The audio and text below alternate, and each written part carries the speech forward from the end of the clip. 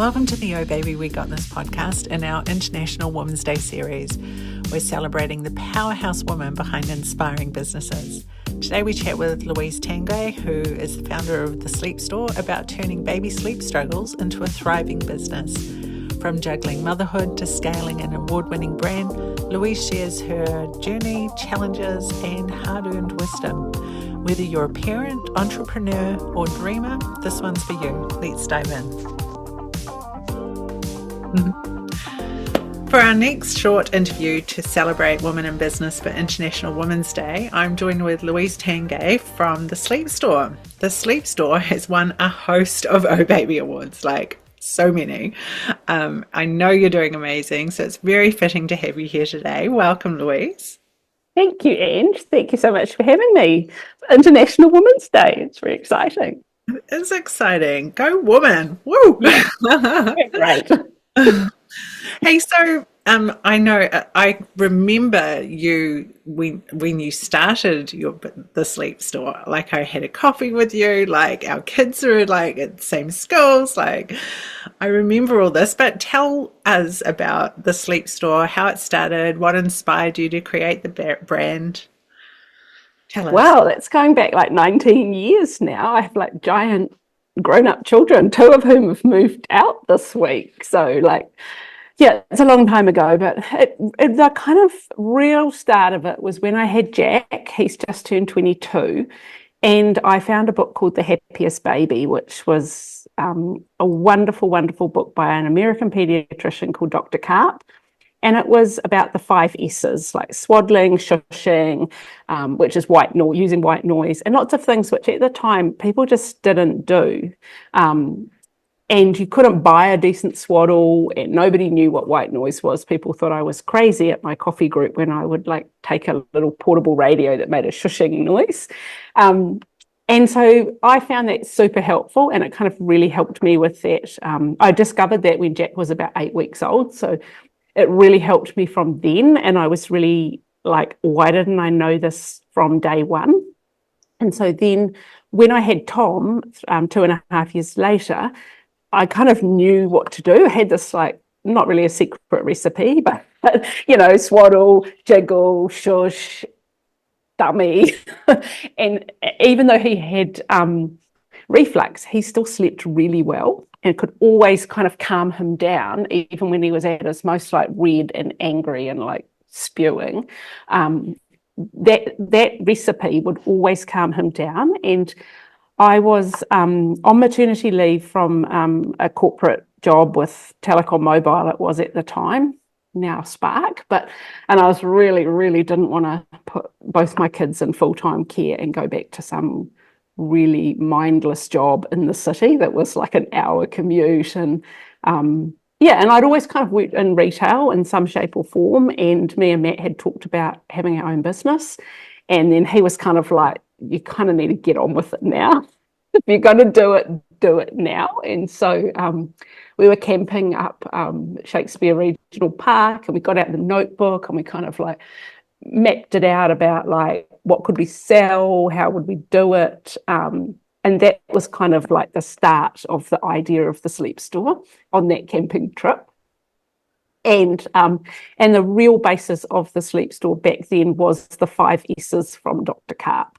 And so it was like, let's have information about all of that, and let's sell the things that you need, because you still couldn't buy a decent swaddle anywhere in New Zealand apart from really crappy muslin that you could not wrap a baby with.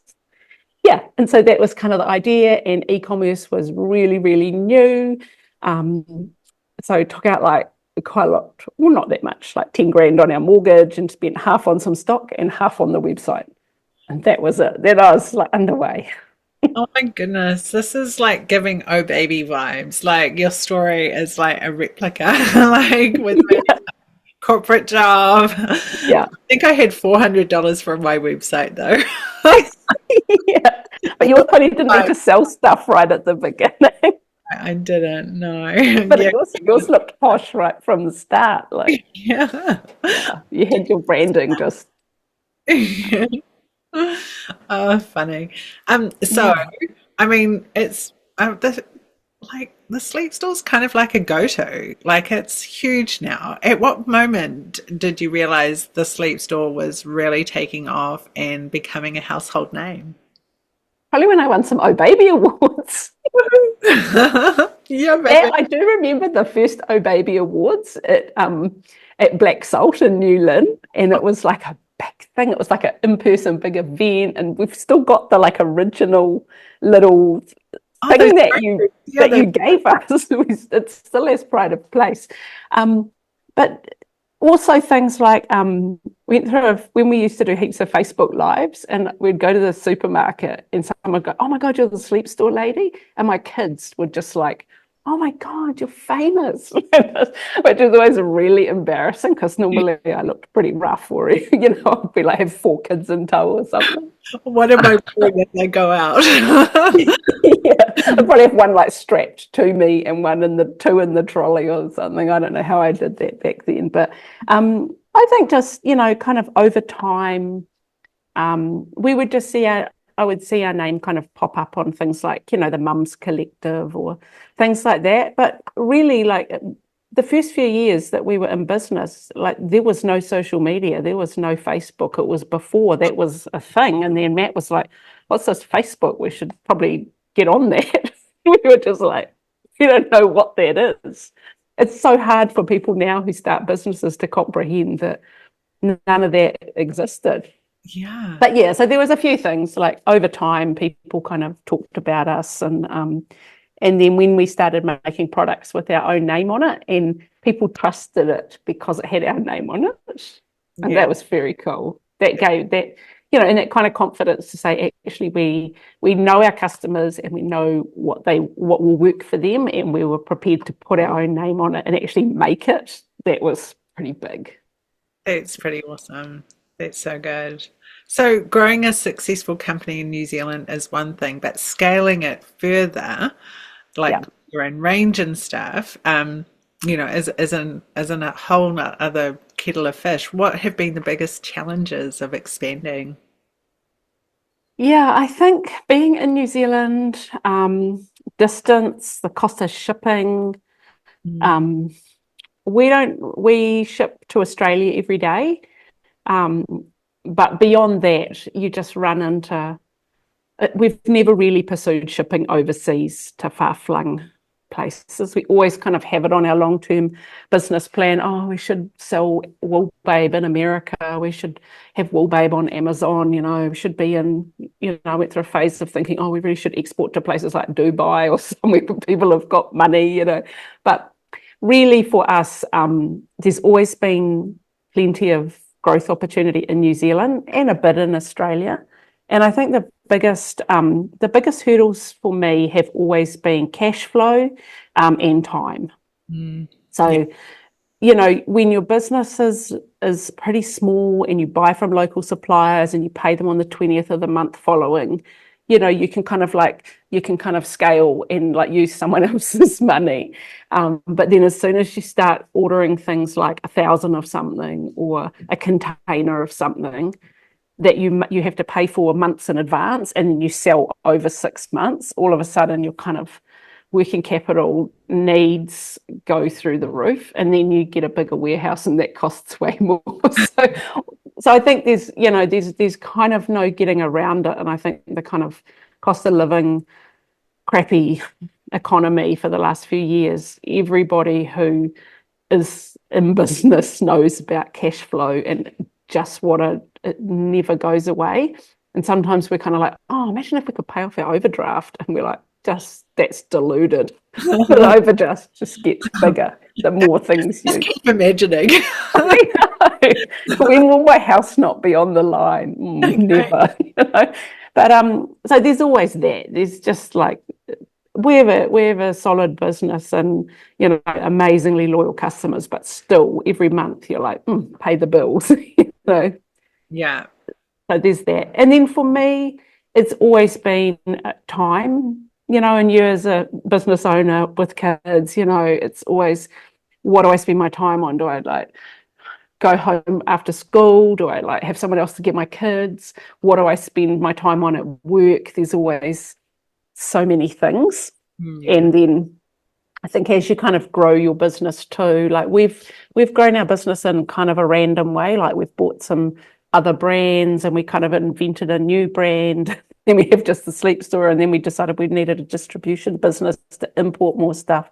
And so then like there's always all these things. Probably should have just like stuck to one thing, but not really very good at sticking to one thing. Well, you just need extra things to do, which brings me perfectly to my next question, which is Yeah. running a business while being a mum isn't easy. How do you manage the juggle? Yeah, the juggle. Yeah. The juggle is a real thing, that's for sure. I think when my kids were smaller, like my youngest is 14, and then I can actually remember Ben, I think he turns 17 shortly, and then Tom's 19 and Jack's 22. So, in the kind of early years, well, I had two kids after I started the business. In those early years, it was really important for me and for Matt, who joined the business after 2 years, that we had like dedicated time with the kids. Even though for the first 9 years, I think it was, we worked from home, but we would still like, this is the office, we're down in our office and we're working, or one of us would go down and like look after the kids. We took our kids to play centre for 10 years. So that was like, that's just kid time. But then we always also had some time where the kids went to daycare. You can't do everything, and I think that's probably one of the things when women start a business at home. It's kind of, you're kind of putting yourself in an impossible situation of thinking you can work while your kids are there. You just can't, even though you kind of can. I remember Eddie as a baby being like on the floor in our office, and we're packing orders and the courier's like stepping over him, and or Ben as a baby, like his nursery was filled with all the stock and just his bassinet, so you had to like go in really quietly to get the things to pack the orders. So yeah, that was like the actual physical juggle. But for me, I think, yeah, when the kids were smaller, it was just have some time when you're just working and you can actually have your head in the game of working, and some time when you're just focused 100% on the kids. I think also Matt and I have always shared a lot of, we've always shared looking after the kids. We shared taking them to play centre. We both work, we even now, like, take turns with something like take the cat to the vet, or, the sport or whatever. So I think being able to share the load has been important for us, and particularly as business has grown and business has got harder in the last few years, have been quite a grind. It's nice to have someone else to share the mental juggle with as well. Yeah, Yeah. good. Very relatable. Very. Yeah. So, what advice do you have for mums who want to start a business but feel overwhelmed by the thought of balancing it all? Yeah, I think I was said on some Instagram post the other day that I started Play Centre and my business the same month, and I'm like, I must be crazy, because they were both quite big things. Yeah, I think my advice, I think, is just to be patient with yourself. I think there's a real, back when we both started our businesses and before the whole kind of social media and, people having to do like a day in the life of vlogs and, really, really publicly, people now seem to start their businesses and they're immediately like the face of it, and they're sharing all their kind of successes and difficulties. I think back when I started, it was just me at the dining room table. I'd kind of go to events and I'd try to hustle and, get in trouble with St. Luke's Mall for leaving my cards in the parents' room. But you kind of were doing it like quietly, and you were just kind of going about it in a much more kind of organic, slow way of growing and starting your business. And so the only kind of pressure was on me, and also kind of trying to hustle up a second income, because one income wasn't very much fun at the time. But so I think now women starting businesses, juggling it with their kids and that, I think you just have to be really honest about how much time you actually have available in your week and how much you have in here that you can actually dedicate to the business, and not expect to like have a gazillion followers and, you know, hundreds of orders and things. I mean, I remember the first few months, the first year, like, you know, the first fortnight I had one order. And then it kind of like people now, I think it's just very common to see people thinking their business is going to grow really quickly. And it's not, in most cases, it's not realistic. You're better just to go into it thinking this is going to be a slow burn and work the time that you have, not kind of think that it's going to just happen overnight. Yeah, yeah, I agree. That's so good. Even with OHbaby, you know, there just becomes a momentum and a tipping point, right? Yeah. But be kind until then. I also found, gosh, I've got the sun in my eyes. Sorry, my eyes are like starting to water. But where was I going? I was going to. In one of the podcasts that we've just done with Gina Ehrlich, we're talking about, you know, mental load and self-care, and probably if I was to answer that question along similar lines to you, it would be around like looking after yourself and that, you know, Yeah. not taking on too much, because the health effects of being everything to everyone all the time and giving out, you know, you end up with an empty tank and you're giving out of Yeah. an empty tank, and that's not good for your body and your mind. That's right. It's Yeah. not, you know, we were all kind of like went to school in the 80s, and it was like girls can do anything, girls can do everything, and then you kind of like literally trying to do everything. And this actually to do that and to do everything kind of to the maximum and be like the perfect mother and run your business and all that, like it's just not possible. You have to just be patient and you have to kind of compromise on some things. And I Yeah. think you also have you kind of go through times where you're like more in the business, and there's times where you're more with the kids, and sometimes it has to be some more about just you. Like when we were talking earlier about doing silly long walks, crazy long walks, and you know, for me that was my self-care, like to go for really long walks with my girlfriends. And we'd Yeah. be like, we're Good. training for a 100K walk, so we're going to go out for 8 hours and go walking and eat cake and talk, but we are training for a serious event. So, you know, so you kind of like actually had to schedule in time for Yeah. the social, you know, the kind of like filling your tank with your girlfriends. That's so Yeah. good. Yeah. Yeah. And yeah, if in hindsight, that's probably something that I would commit to, you know, like now I as I mentioned, I did the Camino de Santiago, which is just under 800 kilometers across Spain. Amazing. It was so good, just saying. Yeah. But you know, January I just did the route burn, planning to do the Camino again this year. Wow. Going to do Milford, you know, but it's all like things to. I think also part of it is you're something that you're looking forward to as well, Yeah. and the training Yeah. and the time with your Yeah. friends. Yeah, Yeah. and then I think that's right. We always try to have, Matt's actually really good at that, always having a holiday, you know, that you're planning, like we're going to do the Kepler next month. And so oh, then you have to be like, oh, I have to do more walks with my friends. So, you know, so I can be fit enough. And he's about to do the Sounds to Sounds bike ride, which goes from Marlborough Sounds to Milford Sound with some of his mates. And so he's been doing lots of biking. And I've been trying to do more walking. But yeah, you have to make time for that stuff. The business, you know, the business will suck every minute of the day if you let it, but I don't really let it now.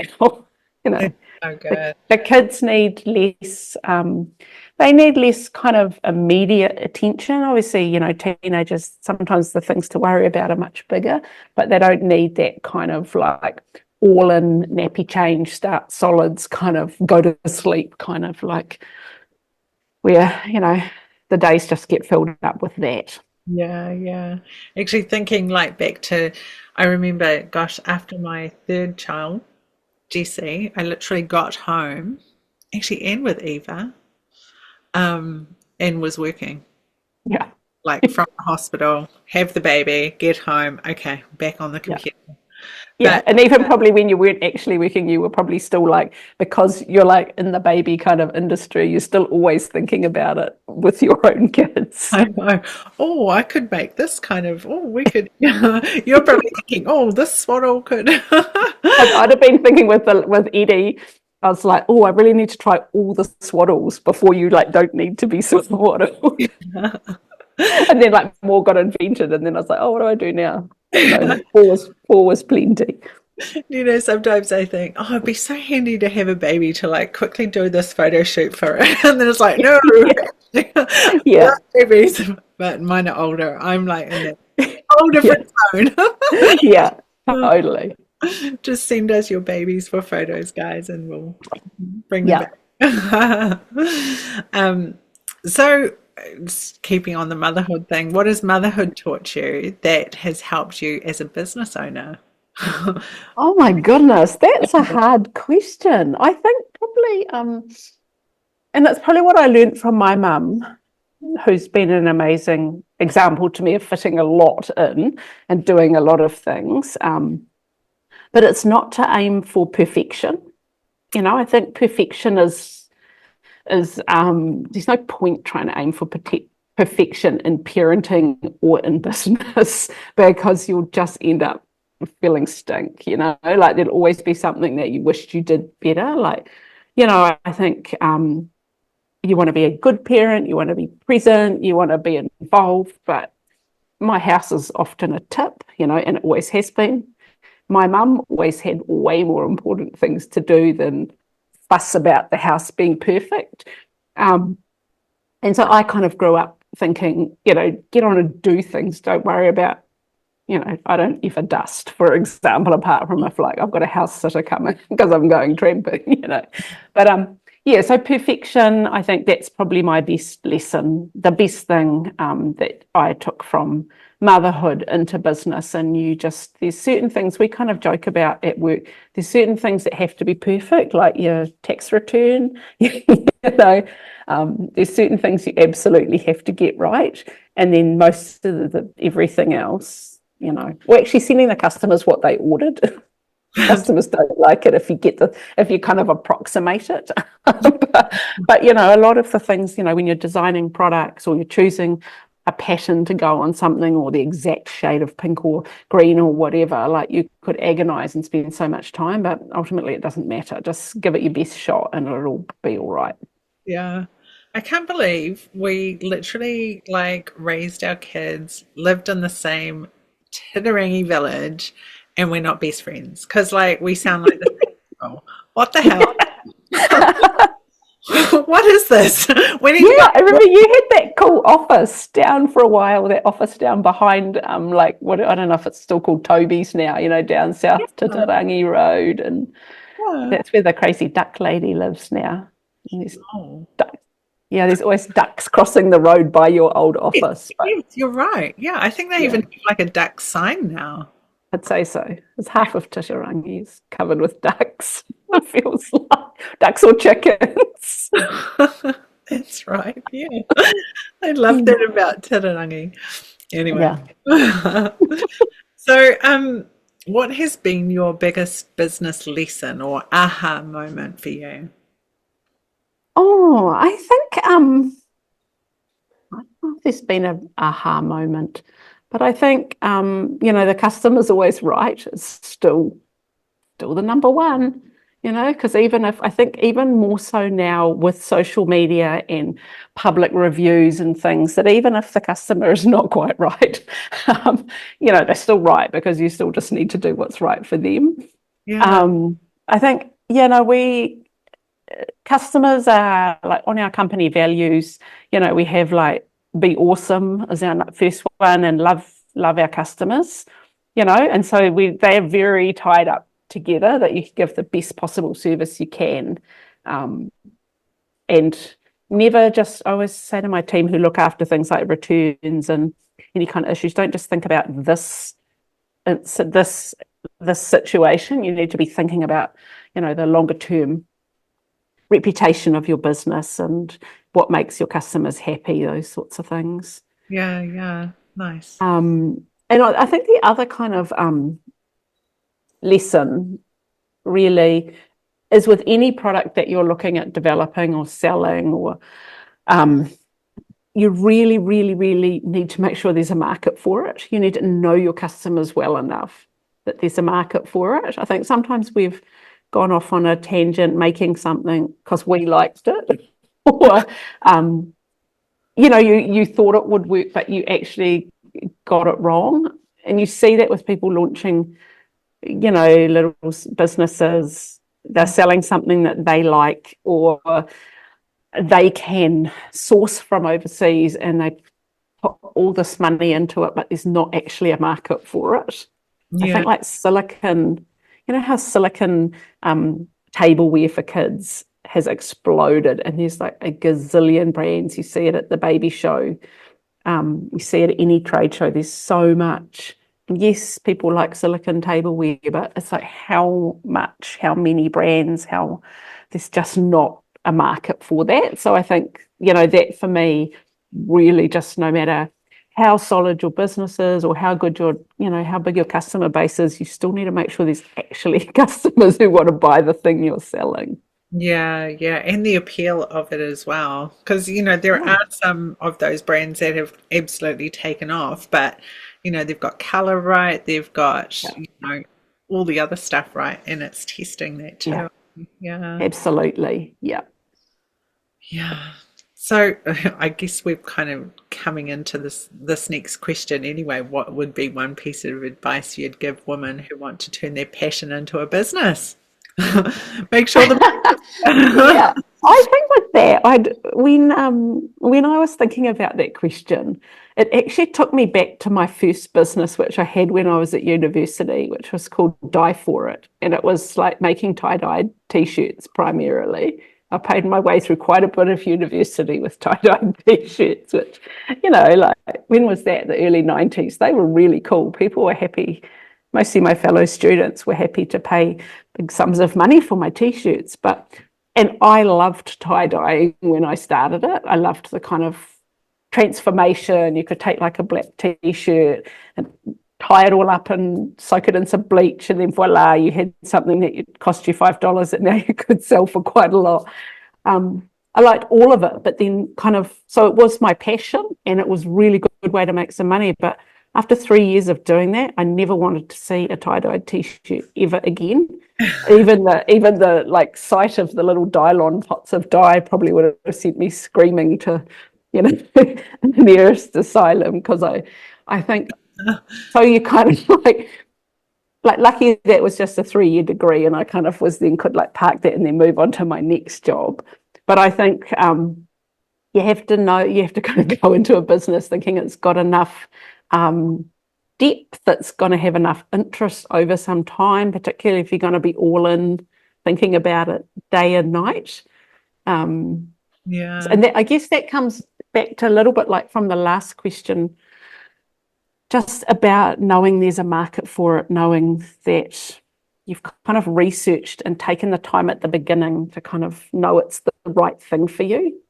Which won't always be the most obvious thing or the easiest thing, but really just think about what it might look like in a while. Like we did this years and years ago, probably after only about 2 years in business. Me and Matt did this amazing course with the Ice House, and they taught this technique called staircasing backwards, which I think was like a Japanese business technique. And you like project, like think 10, 15 years in the future, and what do you think your business will look like then? And then you kind of like put in place all the steps working backwards. And so I think for people, like they could just think with your business idea, what would it look like in 10 or 15 years? And if you think, oh, it's probably not very good in 10 or 15 years, then it's probably not a good idea. Do I want to be doing the same things, thinking about the same products, thinking about the same things? Yeah.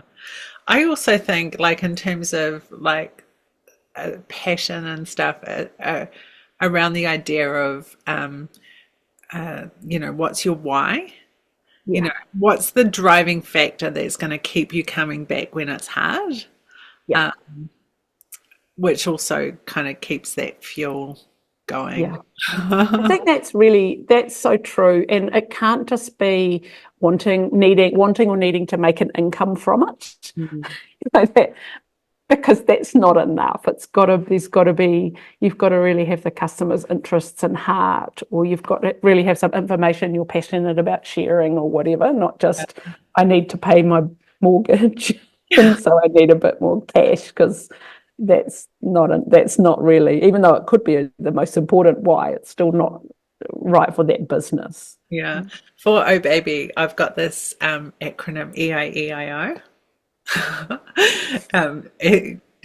Our content is supposed to encourage, inspire, empower, and inform OHbaby mamas audience. And I think that, we get, some of the best experts in the country giving information about pregnancy, about parenting, about nutrition, about psychology and brain development, and just amazing stuff that just so empowers and enriches us as parents. And that is my why. That's my driver. We want, I wanted this information. I want to give this to other mums, but if I could do it all for free, I'd be all about it. Forget the business side of things. Can I just get those damn bills? Damn those bills. Yeah. So that's my driver. But yeah, the why is that is what keeps you going when it's hard. I think too, the other thing that keeps you going when you're hard is when you have staff, who you're responsible for their income. Yeah. That keeps you going. That makes you dig deep and think, I'm not going to let this business, fail despite how bad the economy is, because there's people who rely on you. Yeah. Yeah. I've really felt that during COVID too. Yeah. Anyway. They were interesting times to be in business. Gosh. Okay. This past 5 years, it's just rocking. Be ready for a rest. You're not having a rest, you're going for another 800k walk. That's just relaxing. It actually was. Do you know the beauty of doing the Camino was I was thinking about myself every day. How am I going to eat? Where am I going to sleep? Because I only booked where I was going to sleep based on where I was going to stop the next day. Day. You just kind of wing it. It's so good. Yeah. Everything you need is on your back.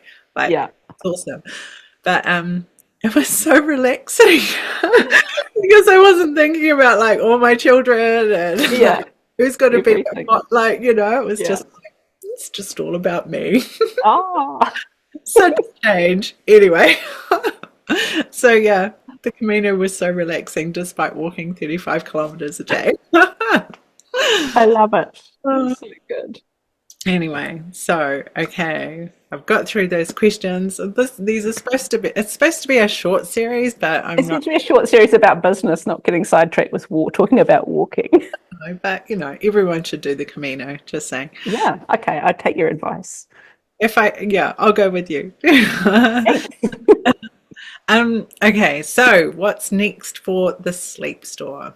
Oh, actually, no. How did you push through the tough times when you doubted yourself or the business? That was my question. Yeah, that's another difficult question.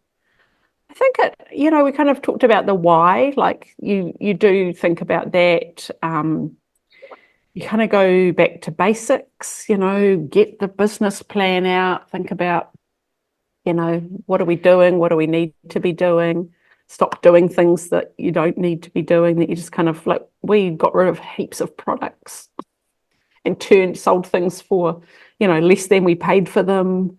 We're just need to get some cash in, need to get some stuff out the door. Probably gave the accountant quite a coronary over selling stuff so cheap, but you just kind of have to, I think you just need to kind of be prepared to do the hard things and not freak out, just hang on. There was definitely a sense over the last couple of years of just hanging on and just really just selling what your customers want, selling it for cheaper than you'd like to be selling it, because that's just the funds that your customers had available. Yeah. Yeah. I think for businesses like ours, one of the big challenges and really tough things to encounter at the moment is Temu, just cheap, toxic, not following any safety standards that are mandatory in New Zealand. But people's idea of what they want to pay for things has just gone whoosh, as a result of that ease of being able to buy that cheap stuff. And so something like that really pushed us to think, how low could we get our prices? What could we sell that we were still prepared to put our own name on? The quality was good, but we would sacrifice quite a lot of margin to sell it at a price that's never going to be as cheap as Temu, and it's never going to be as cheap as Kmart. But we launched a baby basics range where we just said we'll source something which is still really good quality, but the intention was to sell it at a price that people really could afford. And we wouldn't have done that if it hadn't been for the cost of living crisis and Temu and that. We were happy selling our kind of, $50 merino bodysuits. And then we were like, okay, let's see if we can make something that's $15 that we still love, So I think, tough times do make you really think hard about how you can do things differently.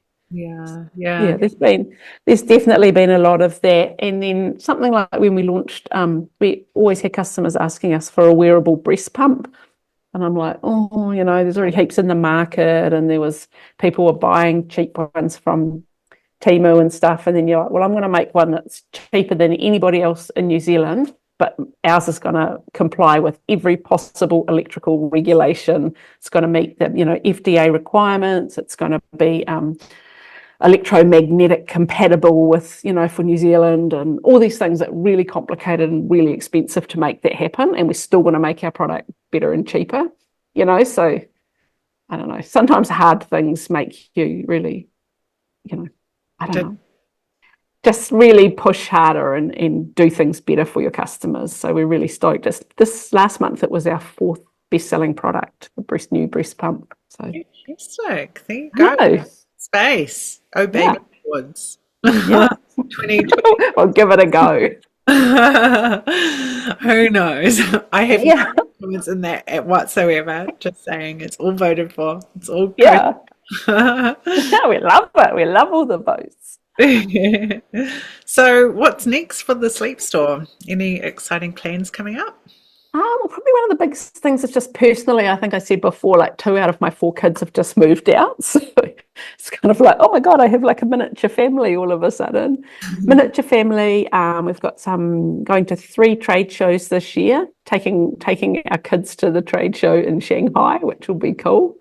My second oldest, Tom, he's actually started doing some buying for the business. Well, he's just going to start his commerce and design degree. So he's worked here, full time for a while before starting uni. So just kind of like getting him indoctrinated in the ways of buying products. So we'll see some Tom products launching one day. And we've just got we've always got new collections coming out. Like I think we've got 2 full-time product development gurus in our team, and they just love nothing more than to like invent something from scratch.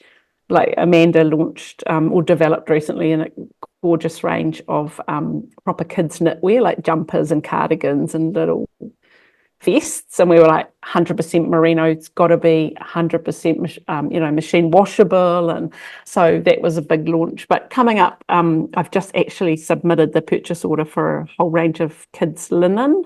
So this beautiful washed cotton, 100% cotton bedding, duvet covers, sheets, all coordinated, like different prints, different plains, 6 colours. It all kind of mixes and matches.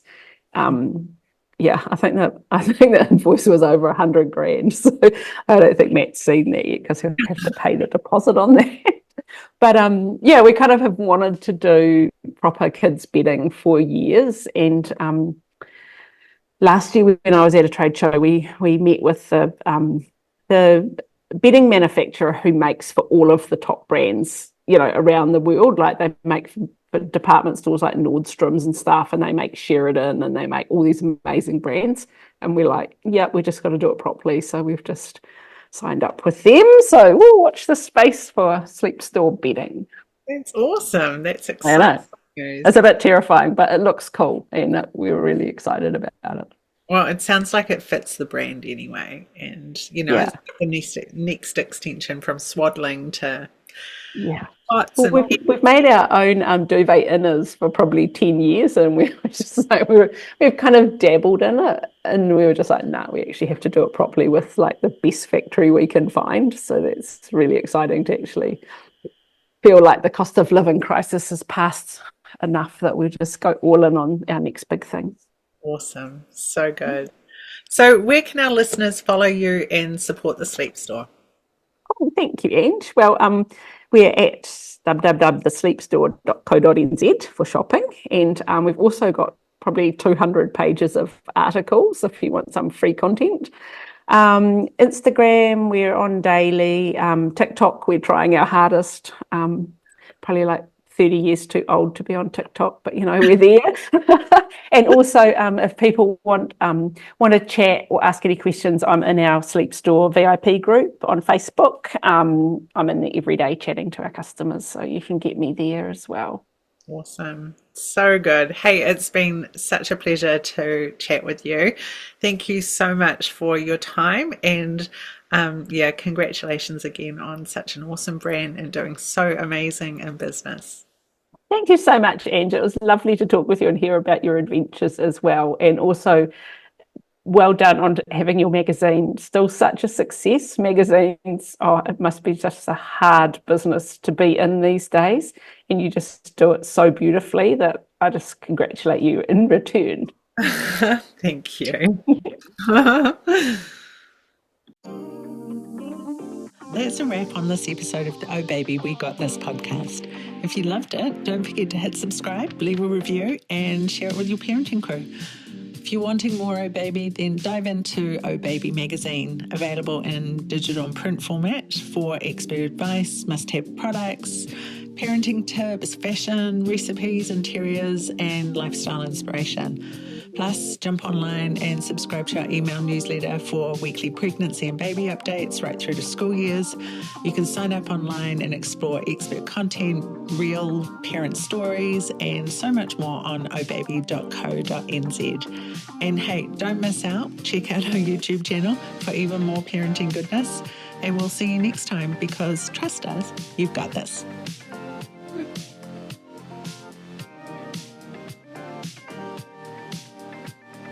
Okay.